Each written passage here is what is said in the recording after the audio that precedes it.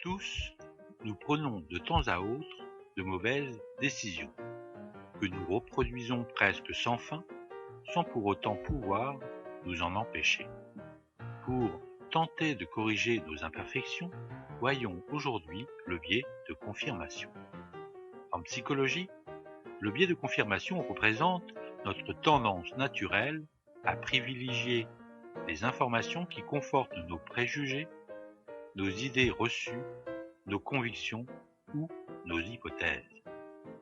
Ce biais cognitif consiste à accorder plus de poids aux preuves qui confirment les croyances de départ et moins à celles qui les contredisent. Il se manifeste notamment par la non-vérification de la véracité des informations reçues, la mémorisation de manière sélective des informations qui confirment nos propres convictions, l'attitude consistant à ne lire ou à n'écouter que des sources d'informations qui confortent nos convictions et à rejeter de manière dogmatique ou à dénigrer les autres, la persévérance dans nos croyances même si les arguments qui les sous-tendent ont été démontrés comme étant faux, et finalement par le fait d'accorder une plus grande importance à la première information rencontrée ou à nos expériences qui sont à l'origine de nos convictions. Les biais de confirmation contribuent à l'excès de confiance dans les croyances personnelles et peuvent maintenir ou renforcer les croyances face à des preuves contraires. Ils peuvent donc conduire à des décisions désastreuses dans de nombreux domaines, en particulier dans des contextes organisationnels, militaires, politiques ou sociaux.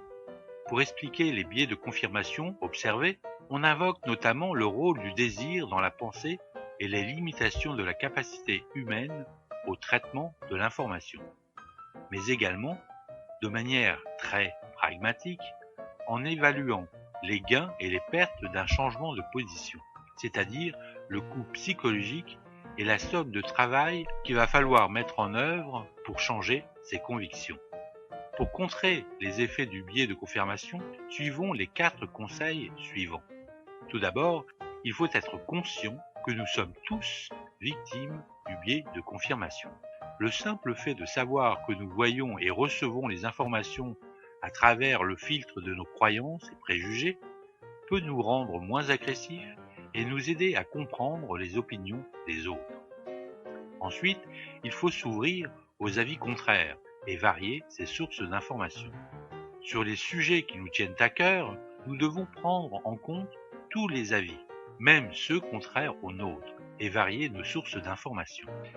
Il faut également s'interroger sur l'origine de nos opinions. Nous avons tous des opinions, parfois fortes, sur certains sujets.